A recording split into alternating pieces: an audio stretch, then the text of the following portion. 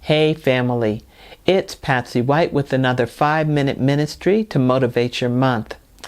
I wanted to share tonight about the fact that there are so many things brewing on the horizon, storms that are coming. We're in one, but there are bigger ones brewing. There's all sorts of things, controversies around the pandemic. There's controversies around the elections, around the protests, and there's so many things happening. And in this country, with the presidential election, things are even more heated.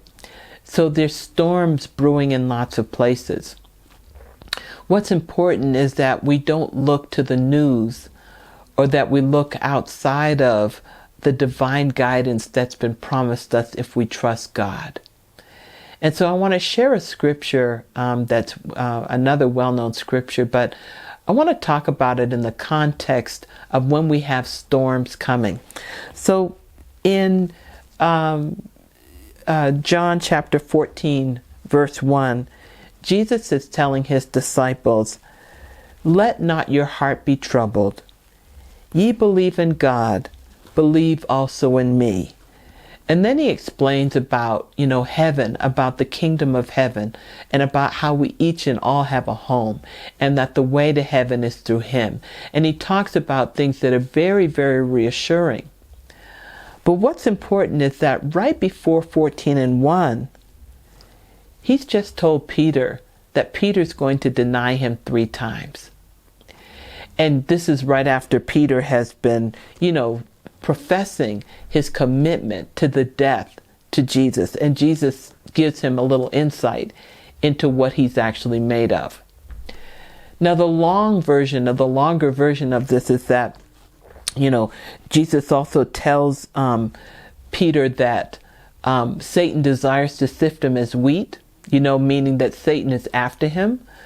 But Jesus said, "I'm praying that your faith stands strong so that when you are converted, you can, support the brethren." So what's really important to understand here is that what will be the worst day in Peter's life, Jesus is already giving him an answer, a soothing comfort, that there's going to be something so much better. Like, in other words, don't get caught up with the fact that a hailstorm or hell is about to break loose.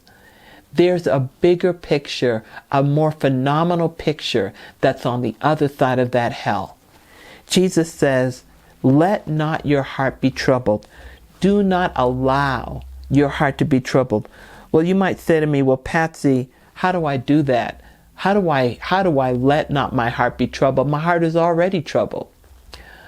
Well, what happens for me is that when I start feeling, and what'll happen is from out of nowhere, some thought will occur to me. And when I say from out of nowhere, it'll either be the devil, or it'll be something from my past that my own mind or concern or some old anxiety comes up.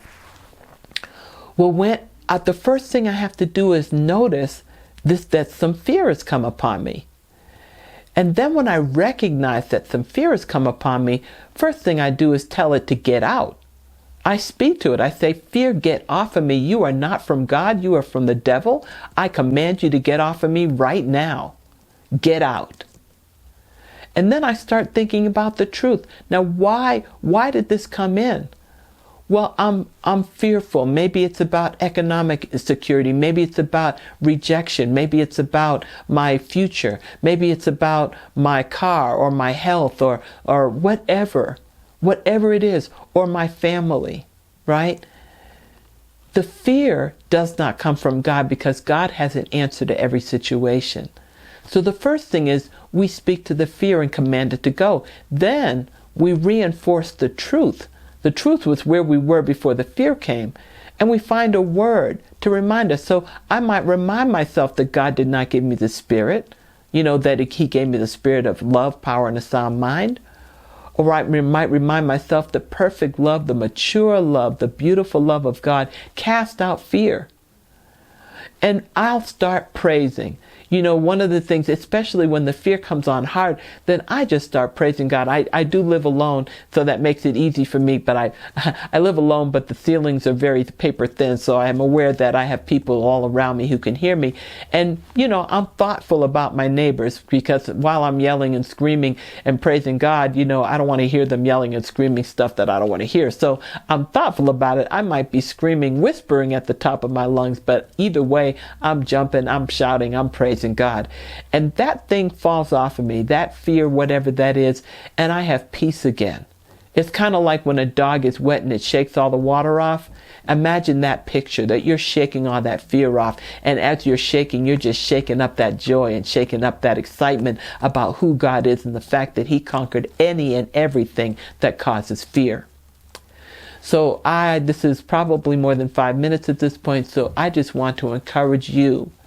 Let not your heart be troubled. And if trouble comes on your heart, you shake it off, you praise it off, you speak it off, you cast it off. You use your mouth, your body, and everything you have with all your aliveness to express the truth that you're safe, that God's got you, that you've got a promise that you can stand on, and that God is taking care of things far outside of your control, even when there's a storm brewing.